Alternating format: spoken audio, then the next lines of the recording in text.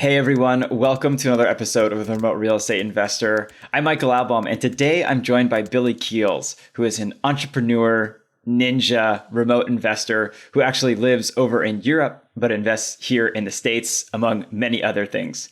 So let's hear from Billy, the Renaissance man, about what it is he's doing in real estate today. Let's get into it. Billy Keels, what's going on, man? So good to see you again. Thanks for taking the time to hang out with me. Michael, I am just super excited about being able to spend more time with you, have a conversation. Although I have to admit, man, there's a lot of people going to be listening and watching us. So I'll be on my best behavior. Don't worry. It makes two of us. All right, good. Well, I obviously know who you are. We've become very fast friends over the short time we've known each other. But for anyone who might not be familiar with you, who are you? Where do you come from? And what is it you're doing in real estate today? Yeah. So who am I? Would you mind if I ask just one thing really quickly before I answer that question? Go for it. So as a fellow podcaster, I just wanted to ask one thing. So I know I just got here, but if you haven't had a chance already to leave an honest written review as well as a rating, the guys do an amazing show here. Michael, I know you put a lot of time and energy into this, and it would be great because that way, ultimately, they're going to be able to help get you even better guests that are going to help you move forward faster. So with that as a background, Billy Keels, I'll give you the fastest version as I can. Originally born in Columbus, Ohio. From there, probably by the time I was 12, lived in 3 different states. Brother and sister were born in Colorado. I come from a family with two parents who were both working 2 jobs most of the time, very blue collar. I watched them struggle a lot with money, making tough decisions sometimes at the end of the month. Do we buy this, or do we pay this bill, or do we pay the other bill? They had a lot of focus on education because they didn't think that they had formal education. So ended up being in a lot of different school districts, usually in the really good school districts. And I saw and was exposed to a lot of things that my parents couldn't actually afford for me and my brother and sister. So that was kind of nice, but also kind of frustrating. But what it did is it taught me the work ethic. You have to work really hard to get the things that you want. I was an A student. Sometimes I still suffer from that A student. And today I call myself a recovering perfectionist. Because the thing is, Michael, I used to do what I was told, because when I did what I was told, study for the exam, I got really good grades. They came back, and that was the whole positive reinforcement. I got good grades, studied more, got good grades, got the dopamine hits and all that kind of stuff. So ended up through college, I went to college in southwest of Ohio in a town or in a university called Miami of Ohio. Got 2 degrees there, was really set to get my dream job and got rejected not once, but twice. But the thing is through that rejection, and it was really, really difficult for me because I set my whole college career up to work as a project manager in marketing for Procter & Gamble, and it didn't work out for me. But through that, I learned that it's okay to be rejected. You can be rejected and still things will be okay. Because after that, the most amazing job I ever had was working for a company that allowed me to travel in 5 years. It allowed me to travel to 58 different countries, Michael. And it just completely changed my entire view of the world because I'm from Columbus, Ohio. I just thought I was going to be in the Midwest most of my life. Yeah. After that, didn't see myself doing a normal 9 to 5, got accepted at a university in Paris, was going to do a 1-year sabbatical. And just to kind of make things really fast, that 1-year sabbatical that started in September of 2001 has since turned into 21 years. I left France, went to Italy, moved from Italy back to France, then from France to Spain. So it was 21 years, 3 countries. I've learned 4 additional languages. I got married and we have 2 kids. And up until recently, until last December, I was working in the corporate job. So still being a good student, doing the things I was supposed to do, moving up the corporate ladder. And as of December of last year, which was December 2021, I'm no longer a part of the corporate world. So kind of all that said, yeah, I kind of just joked with everybody, like I mentioned before, those 1-year sabbaticals, you really have to be careful what happens because anything could happen after that, man. Oh, that's so good, Billy. So I mean, there's obviously a ton there that I want to dig into and unpack, but getting back to last December, did you fire yourself or did you get fired? I mean, what happened there? We separated. It was an amicable separation. We separated. Yeah, we separated. No, but and it's one of those things, I think corporate life is really, I took a lot of very positive things away from corporate life. I know that there are a lot of people hey, don't do the corporate job, quit your job, do all that kind of stuff. I learned, I was surrounded by really smart people all the time because I was working in enterprise software sales. And so This is like very cutting edge. I was exposed to amazingly smart people, got a chance to go deep industry knowledge on a number of different industries, got to work across Europe, Middle East, and Africa, managed 70 million euro budgets plus, learned languages, learned different ways of thinking and doing things. And I was also making a lot of money. And so all of those different reasons, like I really enjoyed it. I probably kept going to my corporate job for about another 4.5, 5 years that I didn't need to, but because I liked it so much and because I was in a top talent program, I was traveling to Hawaii because I was part of the top achievers. Like it was really good, but it just didn't fill my heart up. And it took actually my dad getting really ill in the last part of last year and me being with him in the ICU to really reflect on life and go, you know what? Like, is this really what I want to keep doing? And I know that I was very fortunate. I know that there are other stories that don't end so nicely, right? Because my dad is still alive today and we're able to enjoy him. But that incident, what it made me really do, Michael, was realize like, hang on a second. Like, I want to really invest my time in the things that are going to give me the most emotional joy rather than just going through the motions day after day. So, right. Yep. That's awesome, man. Well, I'm so glad to hear that your dad's doing better. That's Thanks, exciting. Man. Thank you. No, of course. So how did you get to the point where you were able to leave the corporate world? Because I think it's very easy to say like, oh yeah, I'll quit my job because I get more joy, more emotional reward by doing this other thing over here. But that's nice, well and good in theory. But I mean, we got to eat, we got to survive, we got to put our roofs over our heads. So what was it that you did leading up to that point that allowed you to say, you know what, I don't need this job? I read a book and then I retired. No, that's a joke. It's a joke. Oh, I love that it's so simple. Right, exactly. I mean, everybody's doing it, right? I had known that. Yeah, exactly. Everybody's doing it that way. No, I wish it was that simple. It took over 9.5 years, almost 10 years. But no, the reality was because I was such a happy employee, right? I mean, even people used to look at my moniker on LinkedIn and it was like happy corporate employee. The thing that happens when you are an A student is you do what you're told. I mentioned it earlier. And so when you're in the corporate, it's the same thing. Like you go in, you work the hours, and then once you're working the hours, you want to move up the chain. And from there, you also want to make sure that you're maxing out your 401k and your IRA. Well, I was doing that. And in 2000, I'd been working for probably 5-6 years. And the bubble burst for the dot-com bubble. That went down. And then a couple of years later, the 2008 great financial crisis happened. And so I didn't actually have any other kind of backup plan. It was like go to work all day and then invest in the stock market. And so I realized that I had to have my own plan. And that is actually where real estate came in. Because I was like traveling between Barcelona and the States. I remember picking up Rich Dad, Poor Dad.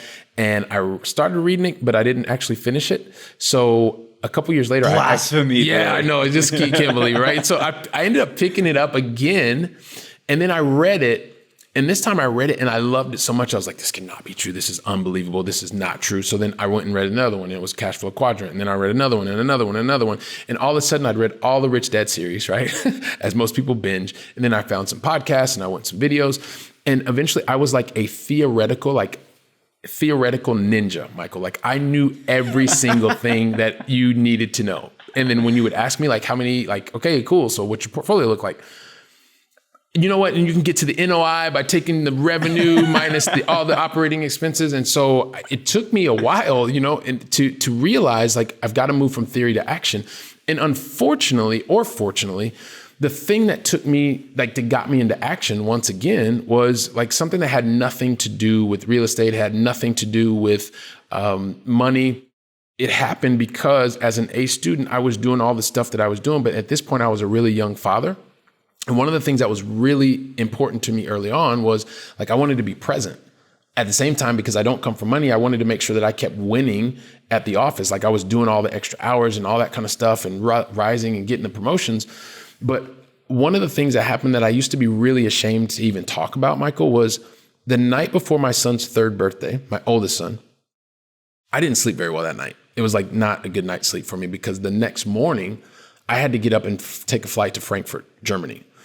And I remember like not sleeping well that night, got up really early the next morning, woke my wife up, woke our 1-year-old up, told them get ready. I want to be able to sing happy birthday to our oldest. Got in and out of the shower. And then like you can imagine like 5:45 in the morning, everybody's half asleep. I go wake my 3-year-old up. We sing happy birthday, hug and kiss. And then I'm out the door, like on my way to the airport, like just sick to my stomach. Like, what am I doing? Like, this is completely incongruent. Like, I want to be present. And like I said, I used to be ashamed of it. I didn't talk about it that much, but it's one of the things I finally realized, like, that's part of what happened to me. It took me from the theoretical ninja to actually getting into action. Because when I finally got to Frankfurt and we spent all day in this business meeting that, Michael, I don't even remember what the business meeting was about, like even to this day. What I can tell you though, that night when I was at the dinner and I walked out to go while everybody else was singing and gave my oldest son a hug and a kiss and blew out the candles, like I was in Frankfurt, Germany. And I was like, I'm not doing this anymore. And so that's the thing that took me from the theoretical ninja to actually going out and getting into action and starting to figure out, like, what do I want to invest in and all these other kinds of things. And it took me from that point, it took me about 8 months later, somewhere between 6 to 8 months later, to make the very first purchase of the property. I thought I wanted to buy here in Barcelona, but just one thing led to the next, didn't work out. I was not in the type of market that would provide cash flow. I didn't have enough education or network at the time to really understand the difference between cash flow markets and appreciation markets and all that stuff. But I finally took action. And my wife and I were in Cairo, Egypt. I bought my very first duplex, which was in New Jersey. And it was just a completely different time, like didn't leverage so much of the technology and stuff like that we do nowadays. But that's actually how I started getting into real estate. Wasn't really for money. It was just to start to get control because I didn't want to miss any more of the really important stuff in my life. Man, I love that story. Thank you for sharing. And I know that there's a lot of things. Yeah. I think it's so hard because there is a lot of things that investors are often have a hard time talking about or ashamed of or whatever the cause is. And I think it's so important to highlight those and spotlight those because there's a couple of things, in my opinion. A, it humanizes you. You're someone that's accomplished a ton and it shows people like, look, Billy is just a person like you or I or anybody else out there. And two, like it shows the struggle. Like we always talk about on podcasts and these sort of things like, oh, look at we've climbed the mountain. We're there. We're at the conclusion. But there's this whole buildup that isn't spotlighted. So thank you for sharing. Yeah, man. Sure. No problem. Because like I said, I kind of jokingly earlier, like just read a book. No, I didn't just read a book. Like you got started from there. And then from there, you get your first property and then you get your next property and you make mistakes along the way. And like I said, I didn't have enough education. I didn't surround myself with people that were more knowledgeable than I did. And it took me actually making a lot of money coming in the door, not having processes in place. Things were broken, not necessarily the best experiences for the residents that were living in our properties. I had to stop. I had to decide that it was time for me to pay to have a mentorship, like paid mentorship, so that I could actually figure out like what processes do I need, what systems need to be in place and things like that. And things got better, but yeah, definitely I needed to take action. I took action and I did a lot of things wrong. A lot. Yeah. Well, I mean, that's what kind of builds you up, right? And that's what makes you figure out, okay, this works, this doesn't work. But how great that you could also leverage your mentor to say, hey, what have you seen? Because I'm just one person with one set of eyes. What are all the things you've seen go well and not well? And I think that's what people often miss out on.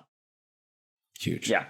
So definitely. So this is obviously the remote real estate investor. People tell me all the time, Michael, there's no way I could invest remotely, but you're living freaking across the ocean, across the pond, investing in the States. So what was that like? How did you wrap your head around not physically being there, never seeing the property, like your different time zone? Like it couldn't be more different.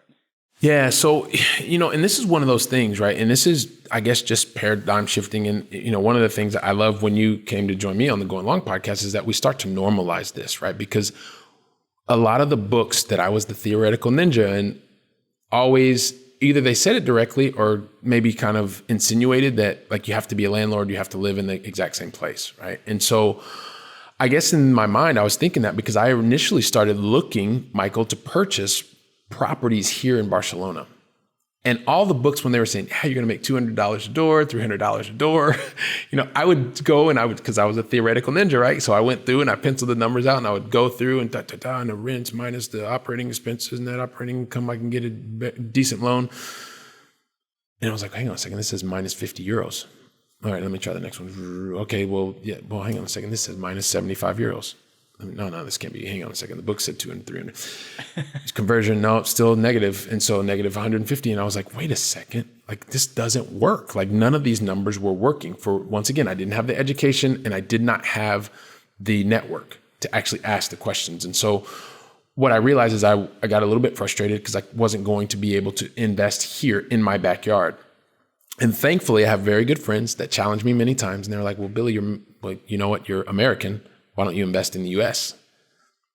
And I just looked at them. I remember going, well, that's one of the least smart things I've ever heard in my life. It was a little bit more colorful than that. But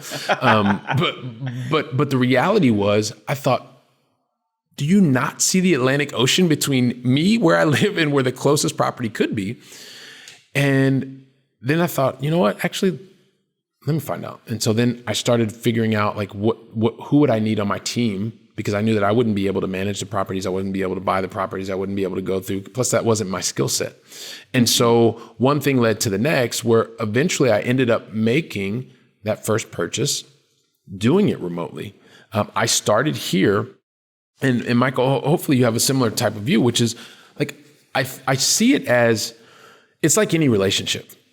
I knew that I needed and wanted something. So I started taking action towards that, towards being able to build relationships and make purchases. That's what I was in my mind. And so I started writing people emails, calling, talk to family members that were back in the States. Hey, listen, do you know anybody who could help me? I don't know anything about getting a mortgage or getting a loan. And so they would help connect me with people. I was on the phone. I was sending emails.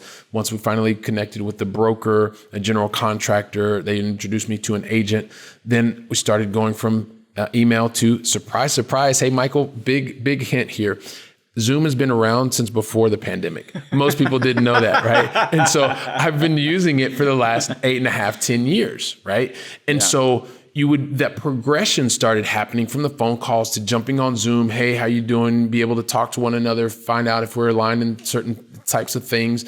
And then from there, once I knew that I wanted to go deep into a specific area because my goals were that big, it made sense for me to actually continue the progression. So I then put my money where my mouth was, and I actually got on the plane.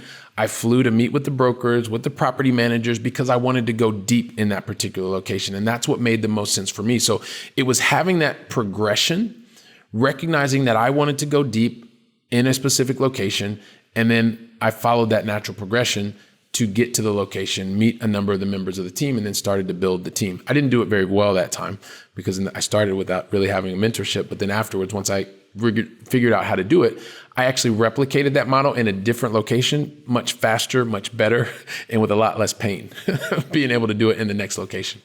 Yeah. Yeah. I love that. I think it's so important, again, to kind of stop and highlight this. So many people, I think, get into real estate and think, I got to do all the things. I've got to become all the experts. And like, you don't. You can go meet people, and people know people, and people talk. And so once you find one good person, they probably know one other good person. If they don't, they might be able to tell you who you could go ask who might know somebody else. So I love that. I love that. And I love that you took the system of setting up the team and you just like did it in another location. And that's applicable anywhere, right? You know what it is. And so here's the thing that I did wrong, right? Because I think, and I love that you said that earlier, because we usually talk about the things we do right, and everybody wants to say about those types of things. And so one of the things that I recognize now that I did not do in the proper order, the proper sequence, is I had money in the bank and I knew I wanted control because I was not going to let the stock market thing happen again. And one of the ways of being able to do that was start to generate my own income so that I was not going to miss another one of my son's birthdays or anybody else that I love, right? And so as I started doing that, I just went and I bought the property. Like I knew that I wanted to buy a property, so I was looking to buy the property. But then so I bought the property, I had a skeleton kind of team, but then when things started happening, I didn't have a team in place. I was like, hang on a second, this is broken and they're calling me and I've got a Spanish phone number and this is not convenient. Like they called the realtor and the realtor then sent me an email. I mean, it was because I'm on a different continent. Mm-hmm. And so I then realized that, oh, hang on a second, after being there for like over a year in the same location, I didn't really even understand anything about the location that I was in. I just bought it there because I knew family members could get there more or less in an hour, but there was not much more process than that. The only thing that I was crystal clear on is that I wanted the benefit of cash flow. Like that's what I really wanted. And I understood that I could also get some tax benefits. So I did it just the opposite of the way that I would say to people today, or that I do say and teach to people today, which is first get clear on the benefits that you're looking for, what you're looking for, then get really, really clear on why you're looking for them, because it's not if, but when things get really, really hard. And I know this sounds like probably an old record, but like you really are going to have to cling on to why you are wanting to do this, because it's going to get hard. And then afterwards, then you go to the location that gives you the highest probability of being able to achieve that benefit, tax benefits, cash flow, whatever. And then you build the team. And then once you build the team that understands the location, that also understands the benefit that you're looking for, then it doesn't really even matter if you buy the single family house that's on 123 Main Street, if you buy the multifamily building, if you buy a piece of energy equipment, if you buy whatever, because all of the 4 different steps are aligned, but starting with you and what it is that you want to do and why you want to do it. Like that's the way you're supposed to do it. Don't do the way that I did in the beginning, because it's like you're going to learn, but it's just going to be a lot more painful and costly. Mic drop, podcast over, Billy exit stage left. Like that was amazing. It's so good. It's so good. And I think like it sounds so simple, right? Like it's so basic. You just like break it down into these 4 steps. I love it. I think it's just the execution. You've actually then just got to go do it. And I think the why piece of it, and we talk about it all the time on the show and with friends and colleagues, like that's, I think, one of the most important pieces of this, because you're right. It does get hard. It will get hard. And if that's what you have to kind of ground you, I think you're going to be okay. Yeah. Oh, that's awesome. All right, Billy, let's fast forward. What is it that you're doing today? Because you mentioned like energy equipment, and this is a real estate investing podcast show. So like fill in the gaps, man. What's going on? Yeah. So one of the things that I started realizing, right, as an accredited investor, right, and if you've not talked about that before, maybe, I don't know if you want, we can talk about what that is, but I started realizing that I enjoyed real estate, and I really, really, really like real estate. I enjoy that asset because it is an asset that you can have much more control over, either doing it, investing yourself, or with a team, and you're able to the control, you can generate the income, you can force appreciation, you can control your expenses and things like that. So I really like that aspect of it. And then when you look at the tax efficiency, because passive income is not the income that you're not working for, but the way that the IRS looks at and taxes passive income, it's really extremely tax efficient. At the same time, because I was someone who is a high wage earner and someone who was dedicated to working for someone else, I understood really quickly, or actually after a couple of years, that there's different types of ways that it does matter actually how you earn your income. And if you like the income that is real estate related, which I like it a lot, I needed to figure out a way to stop paying 40+% in taxes, right? And being able to find different vehicles that would allow me to do that. Now, and let's say this is an overarching statement, I'm not giving anybody any tax advice, just you asked me a question. So I'm sharing my experience in terms of why I even got into this other area. Because I believe, Michael, that as long as you know what it is that you want to do, why you want to do it, and you have a general idea of the direction that you want to go, just like big companies, like what's your strategic 5-year plan? You know you want to move towards these things. When you know the destination, then it's about figuring out which are the right vehicles in the right moment in time to help you get there. And so real estate very much is an active part of my portfolio. I am also a passive investor. And I got into the energy sector because there was a very specific energy opportunity. So investing in carbon capture equipment, which allowed not only for the creation of consistent cash flow moving forward, but it also helped me on my W-2 income, the taxes that I was paying on the W-2 income. And so the way that I saw it was, hey, listen, if I'm able to reduce the amount that I'm paying for my W-2 in terms of tax, then that's capital that I would be able to use and put into other more tax efficient vehicles, i.e. real estate and the likes, so that I could actually move faster. I can get into vehicles that get me to my destination much faster. So that's how that carbon capture equipment, which is part of the energy sector, got involved, because that vehicle helps me speed up a bit, if you will, to get to the destination, because it helps to reduce and relieve some of the tax obligation that I have on my W-2 income, which is something that is very unique and that my real estate investing, because it's passive income, was not doing. So it's combining these different vehicles, once again, to get to the destination. I love it. And it sounds like we could probably do an entire episode on carbon capture equipment and the whole energy sector. But for people that aren't familiar with it, like give us the quick and dirty. How does someone get involved in something like that? And really, like, what is it? Yeah, sure. So the best way is we've got a thing, and I'm sure you'll probably let me tell how people can get their head around it. We have a special guide. It's a free guide. Leave in your email and we'll send it out to you.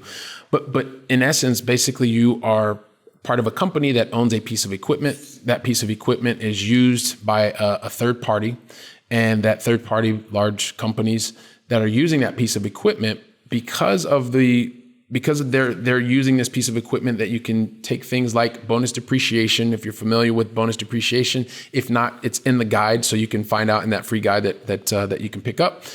And basically, for the use of this piece of equipment, we're able to use the tax code that's already in place. The IRS says, hey, listen, if you use this type of equipment, you find these types of, you have this type of a working interest, then you have the option to, or the ability to, not the option, the ability to take those losses against your active income. And so basically, by being able to help what the IRS is asking us to do, we are doing exactly that, putting it in the form of a company, and the company receives the benefits, and the owners of the company are able to receive the benefits that they are proportionately involved in terms of ownership of the company. Amazing. So I know it probably sounded a little bit wordy, but it's only because it's probably easier just to read through the document and you can actually get the specifics on exactly what it is. But just technically, high level, that's what it is. So good. And so what's the company called, and where can people go get that guide? And we'll link to it here in the show notes as well. Yeah, sure. It's just go to firstgencp.com/paylesstax. It's firstgencp.com/paylesstax. And like I said, it's really for a lot of people. If you are, like I was in software sales world, and I was working for a very large 3-letter German company called SAP. And that company, I was surrounded by lots of other people who are high wage earners. Also today, we're serving a number of people that are in professional sports franchises or in doctors, lawyers, and they enjoy investing in other assets like real estate. And if they could do more real estate by having their tax bill the right size, then they get to their destination much, much faster. It makes so much sense. So let's just turn back the clock for a minute here. And I'm curious to know, because you've done both active investing and passive investing. And we've been having a lot of syndicators on the show recently talk about the passive side of things. How did you figure out that it was appropriate for you from a timing perspective? And how should people be thinking about whether going the active route themselves, getting their hands dirty, doing it, versus just giving their money to someone else and letting them do the hard stuff? Yeah, so great. I love this question. I wish I would have known about passive investing earlier, because I would have done a lot more of it. Because the type of role that I was in as a high paid professional, if I just broke it down to the amount of money that I was earning per hour based on the amount of time that I put in real estate versus my day job, passive investing would have made more sense for me at the time. One of the things I also say is there are some people like me that really, really, really enjoy control, have to have control. And so sometimes, well, I wouldn't even say sometimes, probably the right thing for that person that absolutely needs a lot of control is to be able to be the active investor. Go out, find the property, do all the legwork, build your team, all that kind of stuff. And I say that for two reasons, Michael. The first is you get the experience. And people that have and need lots of control, if you don't do that, you're going to be unhappy, because you're going to be thinking to yourself, I could do it better, I could do it faster, I could do it better, all this kind of stuff, right? So that's the first thing. You need and will want that control. The second thing is when you do it, you are going to realize how much work it actually is and what it takes to actually make your residents happy and your properties profitable. And so you may decide after gaining the experience that, well, maybe you can do it better and you should be doing it better. And even if the dollar per hour or euro per hour is less, well, at least you're in control and you're going to be right. For those people who are looking to get to the destination much faster, it's usually leveraging the efforts, the strengths of others, and being able to be a passive investor. You can be involved. You can learn what you need to learn so that you feel comfortable, especially comfortable on the one thing that I think no one ever talks about, Michael. I'm going to go out on a limb here and say, normally when you're looking as a passive investor, you're talking about, Okay, great. And you've looked through the business plan and you look and you say, okay, the COC, the cash on cash return is such and such. And the NPV is something else. And the IRR is something else. And that looks amazing. And this is fantastic. And you know what? But you're never looking at the ROS, right? And that to me is the one metric that trumps all of the metrics because it's the only one that really matters, right? And so, like I said, if you're looking at IRR, well, great. Perfect. If it's a 330% IRR, fantastic. What's your ROS? Is your ROS negative? Is it positive? I don't know. Okay. And you're probably thinking to yourself, well, what is the ROS, Billy? Yeah. Well, I was like, for all of our listeners, asking for a friend, because I definitely know what it is. It's the most important metric of all. It is the return on sleep. So if your return on sleep is negative, even if the IRR is 380%, I'm going to guess you probably wouldn't want to do that. Yeah. Because there's nothing that replaces the amount of nice, calm sleep that you receive in the evening. Mm-hmm. And so that's one of the other things that you want to look at and think about it as a passive investor, excuse me. So those are some of the things that I would think about as an active investor, if that's what you want to do. Some of the profiles of the people that probably need to try that, or not probably, but you do need to try it because you're going to understand, yes, you can do it better, faster, cheaper, or you should let somebody else do it better, faster, cheaper, better, faster, and maybe cheaper, or maybe exactly the same, but you're not spending the same amount of time doing that. Because at the end of the day, Michael, the most important asset is time. And how are you using your time? Are you using it to gain more education, more insight, build a talent so that you can select the right team to do the same thing? Or are you using it so that you can actually build the skill to go out and find the properties and to be able to fix the properties and be able to do all that kind of stuff? So I think it's a personal decision, but you need to sit down and look at the things. Do you need the control? And look at, what is your return on your hour of time? And is that the best use of your time? Yeah. No, I love it. Billy, dude, this has been so much fun as expected. You delivered as expected. Where can people learn more about you, can learn about your company, invest alongside you? Where should they go? Yeah, sure. So are we done already? Really? I can't believe it. I can't believe it goes by so fast. Flew by.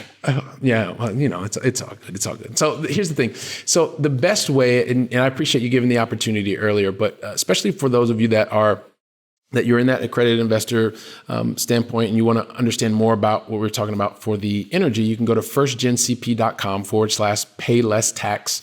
firstgencp.com/pay-less-tax. The website is firstgencp.com. You can go there, just check out things and get a better feel for who we are, who I am, who our company is. And also too, Michael, one of the places I love being able to also connect with people is through LinkedIn. And so if you go to LinkedIn, I'm pretty sure I'm the only Billy Keels in Barcelona, Spain. So check out Billy Keels in Barcelona. Send me just a personalized request if you can. Just let me know that you heard Michael and I already having this conversation. It's just going to let us keep the conversation going and be much, much easier for both of us. So those are the ways, Michael. Man, I really appreciate it. And I mentioned before as well, if you want to find out more, complimentary to what you're doing, the Going Long podcast with Billy Keels. We love talking about people who are remote investing, long distance investing. If we can build more momentum and get more people on board, it'll be awesome. It's an amazing thank you so podcast. Much. Oh my God, Billy, my pleasure. Thank you, man. Thanks again. I'm sure we'll be chatting soon. Awesome. Thank you, sir. All right. Be good, man. You too. Okay, everyone, that was our show. A big thank you to Billy for coming on. Super great knowledge bombs dropped throughout the episode. Definitely go back and give it another listen if you missed any of them. As always, if you liked the episode, please feel free to leave us a rating or a review. Like Billy mentioned, they are super helpful for us. And we look forward to seeing you on the next one. Happy investing.